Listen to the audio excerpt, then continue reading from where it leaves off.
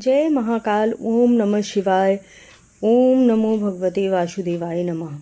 तो आ रही है कामिका एकादशी, जिसके बारे में आप जान लीजिए, जिसकी कथा बहुत ही सुंदर और बहुत ही मनोरम है। तो सबसे पहले जान लेते हैं पंचांग के अनुसार श्रावण मास की कृष्ण पक्ष की एकादशी कामिका एकादशी आ रही है।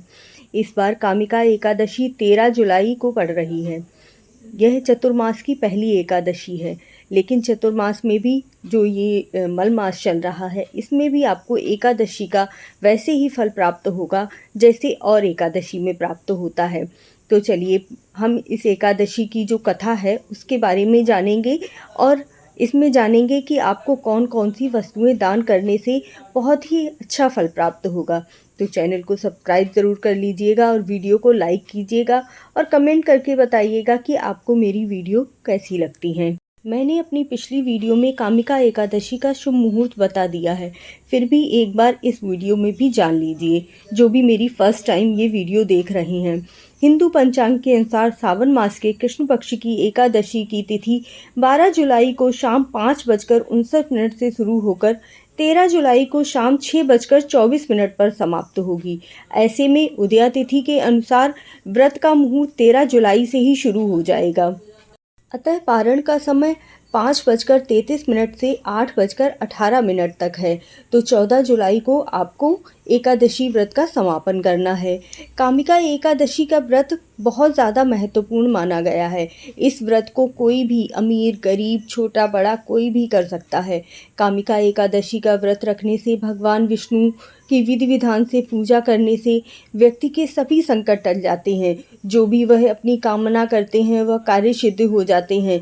इस अवसर पर दान देने का तो विशेष ही महत्व कहा गया है। तो दान के बारे में भी हम विशेष चर्चा करेंगे, लेकिन पहले हम इसकी कथा को जान लेते हैं, क्योंकि इसकी कथा श्रवण करने मात्र से ही आपके सारे कष्ट दूर हो जाते हैं। आपकी जो भी कामना है, जो भी इच्छाएं हैं, वो पूर्ण हो जाती हैं।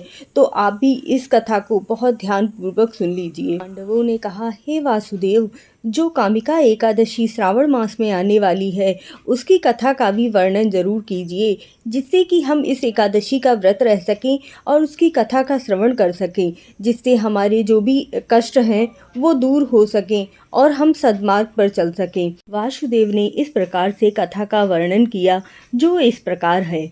एक गांव में क्रोधी स्वभाव के ठाकुर जी रहते थे। एक दिन उनका एक ब्राह्मण से झगड़ा हो गया और उन्होंने क्रोध में आकर ब्राह्मण की हत्या कर दी। पाप का प्रायश्चित करने के लिए ब्राह्मण का अंतिम संस्कार करने की इच्छा व्यक्त की, लेकिन ब्राह्मणों ने उन्हें ऐसा नहीं करने दिया। ठाकुर पर ब्रह्म हत्या का दोष लग गया। एक दिन ठाकुर ने एक मुनि से ब्रह्म हत्या के दोष से मुक्ति पाने का उपाय पूछा। तभी मुनि ने इस पाप से मुक्ति पाने के लिए कामिका एकादशी व्रत रखने की सलाह दी। उन्होंने बताया कि विधि पूर्वक इस व्रत को रखने से व्यक्ति के सभी पाप नष्ट हो जाते हैं। ठाकुर ने मुनि के बताए अनुसार कामिका एकादशी का व्रत रखा और भगवान विष्णु की विधि विधान से पूजा अर्चना की। भगवान श्री हरि विष्णु की पूजा करने मात्र से ही उन्हें भगवान विष्णु के दर्शन हुए और उन्हें ब्रह्म हत्या के दोष से मुक्ति प्राप्त हुई। मान्यता है कि जो व्यक्ति कामिका एकादशी की व्रत की कथा सुनता या पढ़ता है, भगवान उसके सारे पाप नष्ट कर देते हैं। यह कथा बहुत ही सौभाग्यशाली लोगों को ही सुनने को मिलती है, अतः आप इस कथा का श्रवण अवश्य कीजिएगा। चलिए अब जान लेते हैं कि इस व्रत को करने के उपरांत आपको क्या क्या दान देना चाहिए, जिससे कि आपका व्रत पूर्ण हो सके। इस बार बहुत ही सौभाग्यशाली दिन पड़ रहा है, क्योंकि गुरुवार का दिन वैसे भी श्री हरि विष्णु को समर्पित होता है। उन्हें पीली वस्तुएं, पीले फूल, पीली चीज़ें बहुत ही पसंद होती हैं। तो यदि आप पीली वस्तुओं का दान करते हैं तो आपको बहुत ही अच्छा फल प्राप्त होता है और पुण्य के दरवाजे खुद व खुद खुल जाते हैं। अगर आप अन्न का दान करते हैं तो आपके लिए बहुत ही शुभ फलदायी होता है। आप बरसात का समय चल रहा है, श्रावण मास है, इसीलिए छाते का भी दान कर सकते हैं। यदि आपकी कुंडली में गुरु का योग कमज़ोर है तो आज के दिन आपको पीले वस्त्र ही धारण करने चाहिए और ज़्यादा से ज़्यादा हल्दी का प्रयोग करना चाहिए। यदि आप नहाते समय भी हल्दी डालकर नहाते हैं तो बहुत ही अच्छा प्रभाव पड़ता है और आपकी कुंडली में गुरु मजबूत होता है। कामिका एकादशी के दिन श्री हरि विष्णु को भी पीले का ही भोग लगाना चाहिए। कोई भी पीली वस्तु बनाकर उन्हें भोग लगाने से वह प्रसन्न होते हैं और तुलसी दल के साथ भोग लगाने से वह अति प्रसन्न होते हैं। परंतु एकादशी के दिन तुलसी कभी भी नहीं तोड़नी चाहिए। एक दिन पहले ही आप तुलसी को तोड़कर रख लीजिए और फिर पीली वस्तु बनाकर और उसका भोग लगाइए। इससे श्री हरि विष्णु प्रसन्न होते हैं।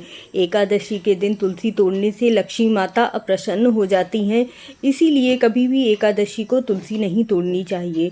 आई होप आपको मेरी वीडियो बहुत ही पसंद आई होगी और अगर कुछ ही त्रुटि रह गई हो तो आप मुझे कमेंट करके ज़रूर बताइएगा और मेरी वीडियो को पूरा देखने के बाद एक बार शेयर ज़रूर कर दीजिएगा, क्योंकि बहुत सारे लोगों को कथा सुनने मात्र से ही पुण्य की प्राप्ति होती है। तो अगर वह भी कथा सुनते हैं तो आपको भी आशीर्वाद मिलता है। तो यहीं मैं अपनी वीडियो समाप्त करती हूँ। राधे राधे। ओम नमो भगवते वासुदेवाय नमः।